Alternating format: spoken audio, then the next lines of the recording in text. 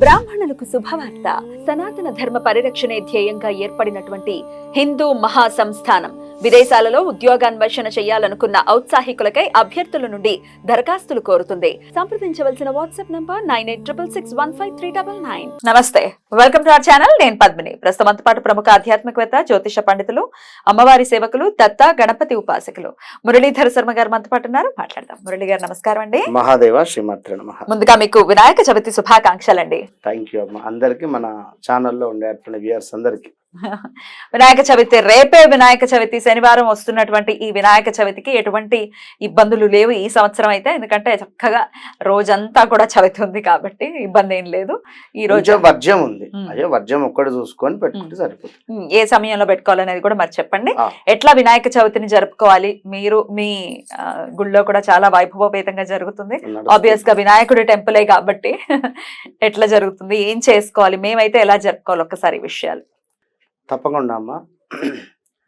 విషయం ఏమిటి అంటే, అసలు వినాయక చవితి అనేటువంటి విషయం అసలు దేనికి తీసుకువెళ్ళి ఈ గణపతిని నీళ్ళల్లో వేసేస్తున్నారు, అసలు దానిలో ఉండేటువంటి ఆంతర్యం ఏమిటి అనేటువంటిది వాస్తవానికి 100లో కొంతమందికే తెలుసు. ఇప్పుడు మనం చెప్పేటువంటి ఈ విషయం కూడా కొన్ని ఒక 1Kనో 2Kనో అంతమందికి మాత్రమే తెలుస్తుంది. కానీ 10K వేసుకోండి, ఇక అందరికీ అయితే పెద్దగా తెలియదు.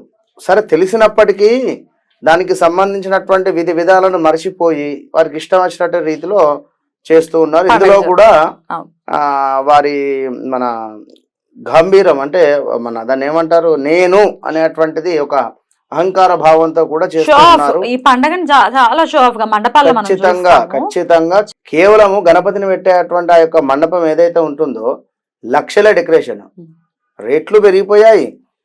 ఏదో చిన్నగా పెడదామన్నా కూడా బాధనే ఉన్నది. ఎక్కడ చూడు ఈ కాంపిటీషన్ తోటి వెనుకట చిన్నగా పందిర్లు వేసి గమ్మత్తుగా పెట్టేది, అంత బాగుండేది.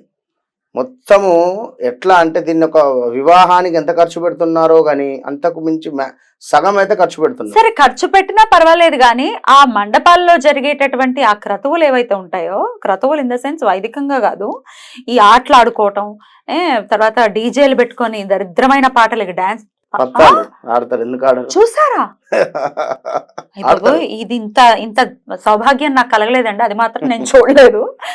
కానీ అవన్నీ ఉంటాయి. లాస్ట్ రోజు మంచిగా హ్యాపీగా ఇది ఇష్టం వచ్చినటువంటి సినిమా పాటలు పెట్టుకొని దేవుని ముందు ఎగురుతారు. అరే ఇంద్ర నాయన అంటే స్వామి వెళ్ళిపోతున్నాడు కదా, ఏదో లాస్ట్ రోజు సెలబ్రేషన్ అంటే ఇదా డీజే పెట్టుకుని కుప్పిగంతులు వేయడమా? అసలు విషయం ఏమిటి అంటే, వాస్తవానికి వేద వ్యాసుల వారు ఆ మహాభారతాన్ని గణపతి చేత రాయించేటువంటి సందర్భంలో ఇది కరెక్ట్గా కూడా భాద్రపద మాసము శుక్లపక్ష చవితి రోజు మొదలయ్యి 11 రోజులు కూడా తను రాత్రి పగలు లేకుండా నిర్విరామంగా రాస్తూనే ఉన్నాడు మన గణపతుల వారు. 11 రోజులు కూడా కూర్చొని ఈ రాసి 11 రోజులు అయ్యేసరికి అదేమిటి 11 రోజులు గడిచిపోయిందంటే వారికి తెలియకుండానే ఈరోజు భాద్రపద మాసం అని, మన శుక్లపక్ష చవితి అని మనం ఈ రోజు నుంచే మొదలు పెడదాము, ఇట్లా మనకు కలియుగంలో వీరు వినాయకుడిని నిర్మించుకోవాలి, ఇలాంటిది వాళ్ళు ఏం అనుకోలేదు.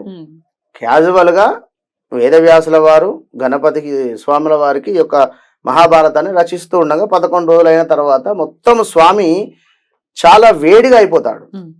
ఎంతో వేడిగా అయిపోయిన తర్వాత ఆ వేడిని చూసి తట్టుకోలేక ఈ యొక్క వేదవ్యాసుల వారిని ఒకసారి వెళ్ళి గంగలో స్నానం చేసి రాన, గంగొడ్డుకే కూర్చొని రాస్తారు, మీరు వెళ్ళి అందులో స్నానాన్ని ఆచరించరండి అని అన్న తర్వాత గణపతుల వారు లేచి ఆ నీటిలో ఒక మునిగి లేచిన తర్వాత చాలా ప్రశాంతంగా అయిపోతాడు. ఎంతో కూల్ వాతావరణం అయిపోతుంది. అటు పిమ్మట వచ్చిన తర్వాత అందరూ కూడా ఇంతటి మహాభారతాన్ని తను చెప్పినా మీరు రాశారు గనక అన్నట్టుగా తనన్నిగా ఎక్కడికో సన్మానం కావచ్చు, ఇంకా వేరే అవన్నీ ఉంటాయి కృతువులు. అయితే ఇక్కడ ఎవరైతే గణపతిని 11 రోజులు పూజించి నీటిలో, వాస్తవానికి నీటిలో అభిషేకం చేయాలి అని చెప్పి నీటితో అభిషేకం కానీ పంచామృతతో అభిషేకం కానీ ఉంది. ఇక మన వాళ్ళు తీసుకెళ్ళి క్రేన్లతో టపా పడేస్తూ ఉన్నారు. అయితే ఇప్పుడు ఏంది అంటే, మట్టి గణపతులను పెట్టుకొని బాగా పెద్దవి కాకుండా చిన్న మట్టి గణపతులను పెట్టుకొని ఒక టబ్బు పెద్దది పెట్టేసుకొని అందరూ మనిషికి ఒక నీరుతో స్వామివారికి అభిషేకం చేసి 11వ రోజు ఆ మట్టి ఏదైతే ఉందో దాన్ని తీసుకువెళ్ళి తులసి కోటలో గాని ఇంట్లో ఉండేటువంటి మట్టి మనకు కింద ఆ యొక్క చెట్టు కింద మొదల్లో వేసుకున్నా గాని. కూడా ఆ. ఒక రక్షలాగా ఉంటుంది నా నాయన అంటే ఉమ్. అయ్యో ఆ పెద్ద పెద్ద మురికి విగ్రహాలు కాలవల్లో మురికి కావల్ల ఏం విగ్రహాలు అవి. తోసేస్తూ ఇది అసలు ఘోరం. ఉండేటువంటిది కథ దీనికి సంబంధించి. ఉమ్.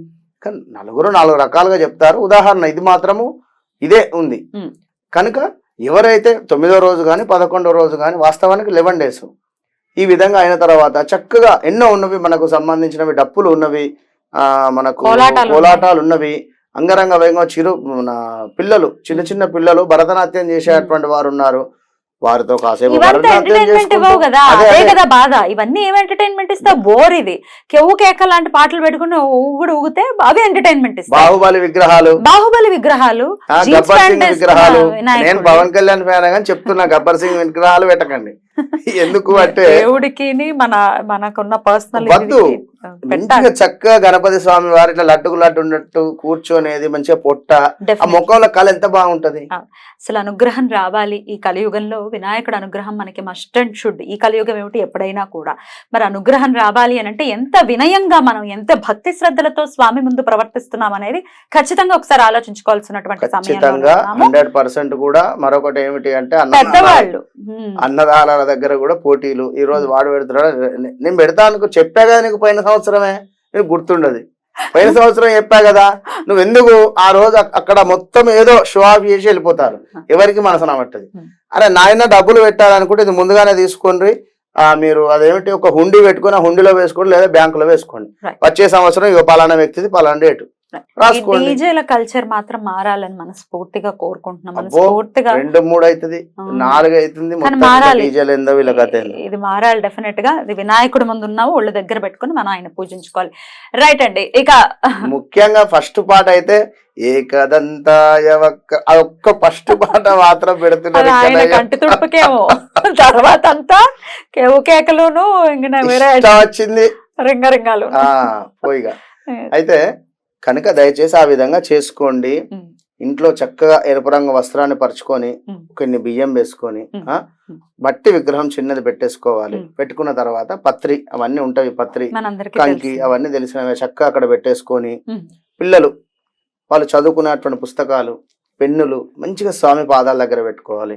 ఆ తండ్రి జాబ్ చేసేటువంటి ఫైల్స్ కానీ ల్యాప్టాప్ కానీ ఏదో అక్కడ స్వామి దగ్గర సమర్పించండి ఆ రోజు. ఎందుకంటే భగవంతుని యొక్క ఆశీర్వాదం వల్లనే మనం ఇది చదువుతున్నాము, ఇది చేస్తున్నాము, ఇవన్నీ ఉన్నవి కనుక మన వస్తువులు కొన్ని అక్కడ సమర్పించి ఖచ్చితంగా పూజ చేసుకొని చక్కగా కూడా స్వామి వారికి 4 పుష్పాలు గరిక పత్తితో వస్త్రం చేసి పసుపు గణపతిని కూడా చేసి పెట్టేసి ఇక ఈ రకంగా మనకు ఎట్లాగూ గణపతికి సంబంధించిన 21 నామాలు ఉన్నవి. సుముఖాయ నమః, ఏకదంతాయ నమః, కపిలాయ నమః, గజకర్ణికాయ అని చెప్పి ఇవి మేము చదవలేమనుకో, పుస్తకంలో కథ ఉంటుంది కదా, జనరల్ గా నోరు తిరగకున్నా కూడా ఆ రోజు చదవండి.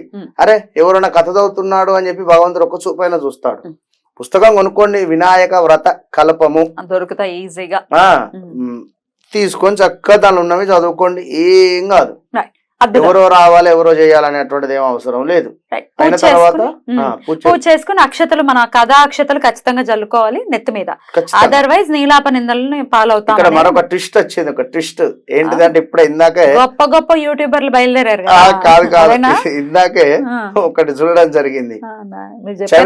చంద్రుడు ఇంపార్టెంట్ కనుక, అంటే చవితిలో ఉండేటువంటి చంద్రుడిని చూస్తే మనకు అదే ఇంపార్టెంట్ కనుక ఈ రోజే చంద్రుడిని చూడకండి, నెక్స్ట్ డే చవితికి చంద్రుడు ఉండటం లేదు కనుక.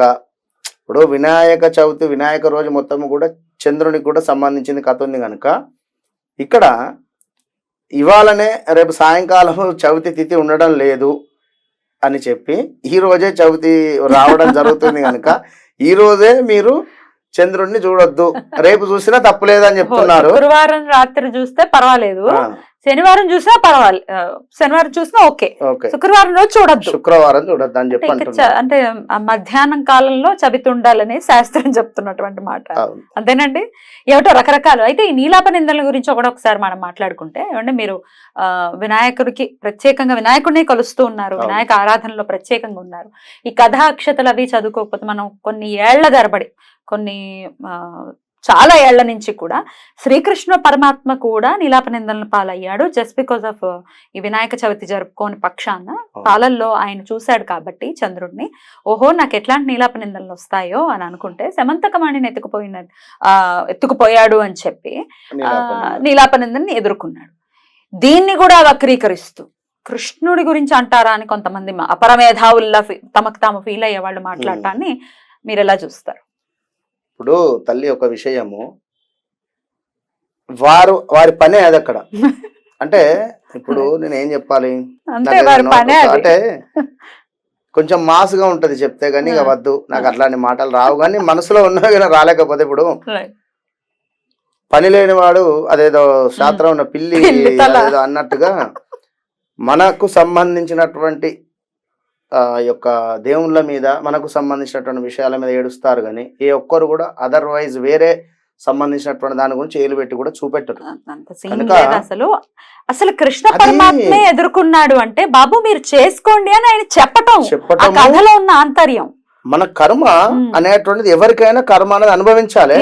అయితే ఈ కర్మ అనుభవించేటువంటి సందర్భంలో ఇది ఒక రెమెడీ, ఇది జనరల్ గా తనకు ఆ విధంగా అంతే కదా.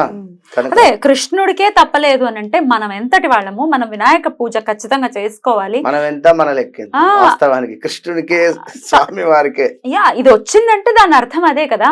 మనలాంటి పామరులు లేకపోతే మనలాంటి సామాన్యులు ఖచ్చితంగా చేసుకోవాలన్న ఉద్దేశంతో దీన్ని తీసుకురావడం జరిగింది. ఒక మాట, ఆ కాలం వేరు ఈ కాలం వేరు.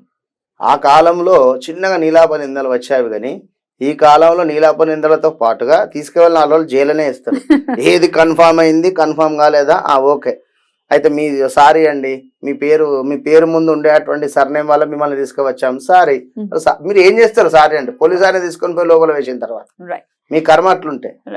ఒక్కొక్కళ్ళు ఒక్కొక్క విధానాల్లో చెప్తూ ఉన్నారు, అవన్నీ నమ్మద్దు. ఎందుకంటే మీ పెద్దవాళ్ళు ఏం చెప్పారు అనేది మీకు తెలుసు కదా. ఖచ్చితంగా మనం కొన్ని వందల ఏళ్ల నుంచి ఇలాగే జరుపుకుంటున్నాము, ఈ కథనే చదువుకుంటున్నాము, ఆ కథనే చదువుకోవాలి, వేరే ఏది చదవటానికి వీల్లేదు. శ్రీకృష్ణ పరమాత్మ కూడా శమంతకమణిని తీసుకెళ్లిపోయారని నీలాప నిందని ఎదుర్కొన్నాడు. సో ఖచ్చితంగా మనం వినాయక వ్రతాన్ని చేసుకోవాలి, అక్షతలు వేసుకోవాలి. ఒకవేళ ఏదైనా ఎటి సూతకం ఉండి ఒకవేళ పూజ చేసుకొని వాళ్ళు ఆ అక్షతలు ఎలాగండి మరి వాళ్ళకి? కేవలం ఒక 21 సార్లు మాత్రమే చదవండి. ఇది ఎందుకు అంటే ఇది ఎక్కువ సార్లు చదివేది కాదు, చదవకూడదు, అసలు నేను చెప్పొద్దు. కానీ కొంత వారికి లక్ష్మీ అనుగ్రహం కోసం నేను చెప్పడం జరిగింది. చక్కగా చేసుకోండి అంతే. పూజ అయిన తర్వాత చేసుకోవచ్చు, మళ్ళీ రోజు చదవద్దు, దాని నియమనిష్టలు వేరే ఉంటవి. ఈ రోజు మాత్రమే ఇది 21 టైమ్స్ చదవండి అంతే. తర్వాత పూజ అయిపోయిన తర్వాత చదువుకోవచ్చా అండి? పూజ అయిపోయిన తర్వాతనైనా ఈ రోజు మొత్తం ఈ నామస్మరణం మీద 21 సార్లు చదివిన తర్వాత అబద్ధం ఆడకుండా ధర్మంగా మంచిగా ఉండండి రోజు అంతే. చాలా బ్యూటిఫుల్ గా ఎక్స్ప్లెయిన్ చేశారు. కృతజ్ఞతలు. మరొకసారి మీకు వినాయక చవితి శుభాకాంక్షలు తెలియజేస్తూ నమస్కారం అండి. మీకు కూడా అందరికి.